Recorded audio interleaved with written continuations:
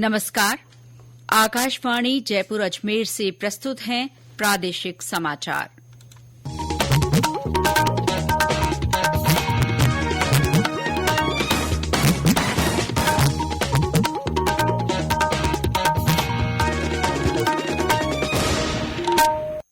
मुख्य समाचार। Rising Rajasthan global investment summit में आज प्रवासी राजस्थानी कॉन्क्लेव सहित विभिन्न आयोजन। मुख्यमंत्री ने हर साल 10 दिसंबर को प्रवासी राजस्थानी दिवस मनाने की घोषणा की। राष्ट्रपति द्रौपदी मुर्मू ने साइबर अपराध और जलवायु परिवर्तन को मानवाधिकारों के लिए नई चुनौतियां बताया। स्मार्ट इंडिया हैकेथॉन के 7वें संस्करण का ग्रैंड फिनाले कल से देश भर के 51 केंद्रों पर शुरू होगा। और अजमेर में 13 दिसंबर को राज्य स्तरीय किसान सम्मेलन आयोजित किया जाएगा।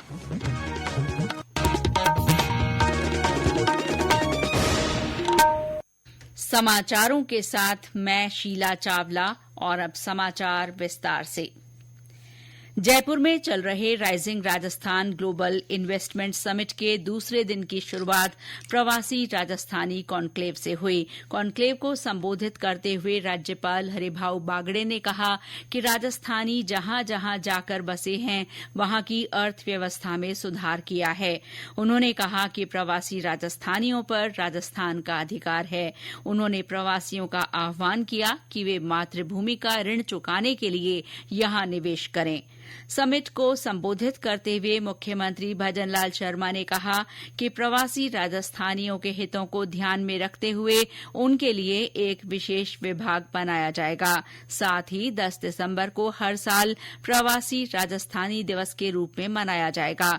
उन्होंने कहा कि राज्य सरकार ने प्रदेश में पहली बार हर साल प्रवासी राजस्थानी सम्मान देने का निर्णय लिया है। प्रवासी राजस्थानियों के परिवारों को किसी तरह की समस्या आती है तो इसके लिए हर जिले में सिंगल पॉइंट कांटेक्ट बनाया जाएगा। श्री शर्मा ने राजस्थान में अपार संभावनाओं का जिक्र करते हुए कहा कि यहाँ का हर कोना अपनी समृद्ध धरोहर, प्रकृति, संस्कृति और विविधताओं का दर्शन करवाता है। श्री शर्मा ने कहा कि राज्य सरकार ने निवेशकों के लिए एक ऐसा माहौल तैयार किया है जहाँ उन्हें सभी सुविधाएं मिलेंगी। हम प्रवासी राजस्थानियों के हितों को ध्यान में रखते हुए एक विशेष विभाग भी बना रहे हैं, जिससे कि वो विभाग पूरी तरह से हमारे प्रवासी भाइयों का ध्यान रखे। ये विभाग प्रवासी राजस्थानियों के व्यवसायिक और सामाजिक प्रयासों में सहयोग आदान प्रदान करेगा और राजस्थान में शिक्षा, स्वास्थ्य, पर्यटन और नवाचार जैसे प्रमुख क्षेत्रों में प्रवासी राजस्थानियों की विशेष संसाधनों का उपयोग भी करेगा। कार्यक्रम को सिक्किम के राज्यपाल ओम माथुर ने भी संबोधित किया। उन्होंने प्रवासी राजस्थानियों से कहा कि वे साल में एक बार जरूर अपने गांव जाएं और सब मिलकर राजस्थान को हिंदुस्तान का नंबर 1 प्रदेश बनाने का संकल्प लें। केंद्रीय वन और पर्यावरण मंत्री भूपेंद्र यादव ने भी कार्यक्रम को संबोधित किया। प्रवासी उद्योगपति निर्मल कुमार सेठिया समेत अन्य प्रवासी राजस्थानियों ने भी अपने विचार रखे। इससे पहले पश्चिमी राजस्थान के 108 लंगा और मांगणियार बाल कलाकारों ने पधारो म्हारे देश लोक गीत की मनमोहक प्रस्तुति दी। कॉन्क्लेव में इसके अलावा और भी अन्य आयोजन हुए, जिनकी जानकारी दे रहे हैं हमारे संवाददाता। प्रवासी कॉन्क्लेव के अलावा सम्मेलन में आज विभिन्न क्षेत्रों पर आधारित 7 सत्र आयोजित हुए। सप्लाई चेन और मैन्युफैक्चरिंग पर आयोजित सत्र में चिकित्सा मंत्री गजेंद्र सिंह ने कहा कि राजस्थान अब केवल रेगिस्तान नहीं बल्कि उभरते हुए अवसरों की भूमि है। कृषि पर केंद्रित एक सत्र को संबोधित करते हुए केंद्रीय कृषि मंत्री शिवराज सिंह चौहान ने कृषकों की आय बढ़ाने और कृषि कल्याण के लिए केंद्र सरकार की ओर से उठाए जा रहे विभिन्न प्रयासों के बारे में विस्तार से जानकारी दी। अब से कुछ देर पहले सस्टेनेबल इंफ्रास्ट्रक्चर डेवलपमेंट विषय पर भी एक सत्र आयोजित किया गया। सत्र में केंद्रीय सड़क और परिवहन मंत्री नितिन गडकरी ने अपने विचार साझा किए। इसके अलावा अमेरिका, मलेशिया, जर्मनी, सिंगापुर तथा कोरिया देशों पर केंद्रित सत्रों में प्रदेश में इन देशों के लिए निवेश की संभावनाओं के बारे में विस्तार से मंथन किया गया। जितेंद्र द्विवेदी, आकाशवाणी समाचार, जयपुर। राष्ट्रपति द्रौपदी मुर्मू ने सभी के अधिकारों और गरिमा की सुरक्षा के मद्देनजर समान डिजिटल वातावरण सुनिश्चित करने के महत्व पर बल दिया है। अंतर्राष्ट्रीय मानवाधिकार दिवस के अवसर पर नई दिल्ली में राष्ट्रीय मानवाधिकार आयोग की ओर से आयोजित कार्यक्रम को संबोधित करते हुए राष्ट्रपति ने कहा कि साइबर अपराध और जलवायु परिवर्तन मानवाधिकारों के लिए नई चुनौतियां हैं। उन्होंने कहा कि डिजिटल युग परिवर्तनकारी है, लेकिन इससे साइबर बुलिंग, डीप फेक, गोपनीयता संबंधी चिंताएं और गलत सूचना के प्रचार जैसे मुद्दे भी सामने आए हैं। राष्ट्रपति ने कहा कि भारत ने गरीबी और भुखमरी को समाप्त करने तथा युवाओं को समान अवसर प्रदान करने के लिए नीतियां लागू करके दुनिया के सामने उदाहरण पेश किया है। हमें प्रत्येक व्यक्ति के मौलिक अधिकारों को बनाए रखना चाहिए और ये सुनिश्चित करना चाहिए कि कोई भी पीछे ना छूटे। एक साथ निरंतर प्रयास और एकजुटता के माध्यम से हम एक ऐसे भविष्य का निर्माण कर सकते हैं जिसमें हर व्यक्ति उम्र, पृष्ठभूमि या परिस्थिति की चिंता किए बिना सम्मान, अवसर और पूर्णता का जीवन जीने के लिए सशक्त रहे। राष्ट्रपति ने मानवाधिकार उल्लंघनों को दूर करने, जागरूकता लाने और हाशिए पर मौजूद लोगों के अधिकारों को बनाए रखने के लिए नीतिगत बदलावों की सिफारिश करने में सक्रिय भूमिका निभाने के लिए राष्ट्रीय मानवाधिकार आयोग की सराहना की। प्रदेश में अंतर्राष्ट्रीय मानवाधिकार दिवस पर विभिन्न कार्यक्रम आयोजित किए गए। करौली, सवाईमाधोपुर और पाली सहित कुछ जिलों में विशेष कार्यक्रम भी आयोजित किए गए। उपराष्ट्रपति जगदीप धनखड़ कल जयपुर के दौरे पर रहेंगे।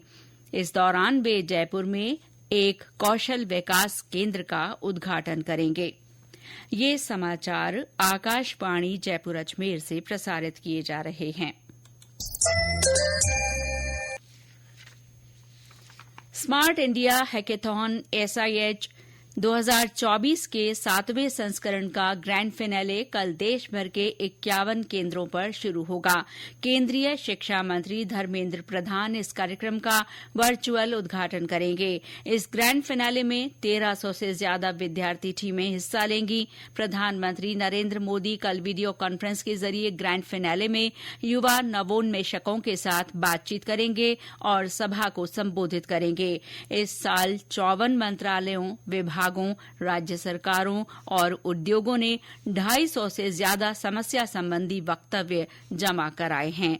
जयपुर का मणिपाल विश्वविद्यालय स्मार्ट इंडिया हैकेथॉन के 51 केंद्रों में शामिल है। इस केंद्र के नोडल अधिकारी दिनेश कुमार सैनी ने बताया कि ये केंद्र ग्रैंड फिनाले की मेजबानी के लिए पूरी तरह से तैयार है। यह आयोजन 5 दिनों तक चलेगा। इसमें कुल 156 प्रतियोगी भाग ले रहे हैं, जिसमें से 100 पुरुष और 56 महिला छात्र शामिल हैं। सभी देश भर के विभिन्न संस्थानों और विश्वविद्यालयों के 35 मेंटर्स भी इस आयोजन में हिस्सा लेंगे। हमारे पास 5 मिनिस्ट्री की प्रॉब्लम्स हैं और टोटल 68 प्रॉब्लम्स हैं पूरे हार्डवेयर सेक्शन में। इस आयोजन का उद्देश्य छात्रों के भीतर नवाचार और तकनीकी कौशल को बढ़ावा देना है। वे अपनी रचनात्मक और तकनीकी ज्ञान का उपयोग कर वास्तविक समस्याओं का व्यवहारिक समाधान प्रस्तुत करेंगे। अजमेर में 13 दिसंबर को राज्य स्तरीय किसान सम्मेलन आयोजित किया जाएगा। ये सम्मेलन राज्य की भजनलाल शर्मा सरकार के 1 साल का कार्यकाल पूरा होने के उपलक्ष्य में आयोजित किया जा रहा है। सम्मेलन में बड़ी संख्या में किसान और पशुपालक भाग लेंगे। सम्मेलन की तैयारियों के लिए संभागीय आयुक्त महेश चंद्र शर्मा और अन्य अधिकारियों ने कार्यस्थल का जायजा लिया और आवश्यक दिशा निर्देश दिए। सम्मेलन में मुख्यमंत्री भजनलाल शर्मा सहित मंत्रीगण और जनप्रतिनिधि भाग लेंगे। इस मौके पर राज्य भर से 1,13,700 किसानों को लाभान्वित किया जाएगा और सरकार करीब 504 करोड़ रुपए का लाभांश किसानों को देगी। दौसा जिले के कालीखाड़ गांव में बोरवेल हादसे में बच्चे को सकुशल बाहर निकालने के लिए सरकार ने तेजी से राहत और बचाव कार्य शुरू किया है। आपदा राहत मंत्री किरोड़ीलाल मीणा ने बताया कि विभाग की ओर से दौसा जिला प्रशासन को 10 लाख रुपए जारी किए गए हैं ताकि राहत और बचाव कार्य में तेजी लाई जा सके। उन्होंने कहा कि राइजिंग राजस्थान कार्यक्रम में आज उनके विभाग के प्रेजेंटेशन के समाप्त होते ही वे कालीखाड़ गांव जाएंगे। उन्होंने पीड़ित परिवार को जरूरत पड़ने पर इस काम में और संसाधन लगाने का भरोसा दिलाया। गौरतलब है कि कल 5 साल का बच्चा आर्यन 160 फुट गहरे बोरवेल में गिर गया था। रसद विभाग ने सक्षम परिवारों के लिए एनएफएस योजना से नाम हटवाने के लिए गिव अप अभियान शुरू किया है। सलूंबर जिला रसद अधिकारी दीपक कुल्हार ने बताया कि अभियान के तहत अपात्र लाभार्थियों से स्वेच्छा से नाम हटवाने की अपील की जा रही है। अपात्र परिवारों में आयकरदाताओं, सरकारी या अर्ध सरकारी नौकरी करने वालों, 1 लाख रुपए से अधिक वार्षिक पारिवारिक आय वालों या 4 पहिया वाहन मालिकों को रखा गया है। पाली संभाग में कालिका पेट्रोलिंग यूनिट का गठन किया गया है, जिसमें रेंज के सभी जिलों से चयनित 44 महिला पुलिस कर्मियों को शामिल किया गया है। इन चयनित महिला पुलिस कर्मियों को रेंज कार्यालय में 1 दिन का प्रशिक्षण दिया गया। कालिका पेट्रोलिंग यूनिट का मुख्य उद्देश्य सार्वजनिक स्थानों और शैक्षणिक संस्थानों पर महिलाओं और बालिकाओं के साथ होने वाली छेड़छाड़ और अन्य अप्रिय घटनाओं की रोकथाम करना है। भरतपुर के रामेश्वरी देवी कन्या महाविद्यालय में छात्राओं को आत्मरक्षा का प्रशिक्षण देने के लिए एक शिविर का शुभारंभ किया गया। ये शिविर रानी लक्ष्मीबाई केंद्र योजना के तहत आयोजित किया गया है। इसका उद्देश्य छात्राओं को आत्मरक्षा के लिए सक्षम बनाना है। चूरू जिले में बीएसएनएल की 4G सेवा शुरू कर दी गई है। ये सेवा जिले के 101 गांवों में उपलब्ध होगी। जिले की राजगढ़ तहसील को छोड़कर 6 ब्लॉक्स में ये सेवा उपभोक्ताओं को मिलेगी। इसके लिए 45 टावर्स को अपग्रेड किया गया है, जबकि 5 नए टावर लगाए गए हैं। और अंत में मुख्य समाचार एक बार फिर। Rising Rajasthan global investment summit में आज प्रवासी राजस्थानी कॉन्क्लेव सहित विभिन्न आयोजन। मुख्यमंत्री ने हर साल 10 दिसंबर को प्रवासी राजस्थानी दिवस मनाने की घोषणा की।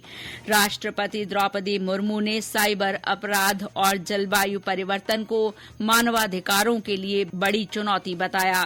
स्मार्ट इंडिया हैकेथॉन के 7वें संस्करण का ग्रैंड फिनाले कल से देश भर के 51 केंद्रों पर शुरू होगा।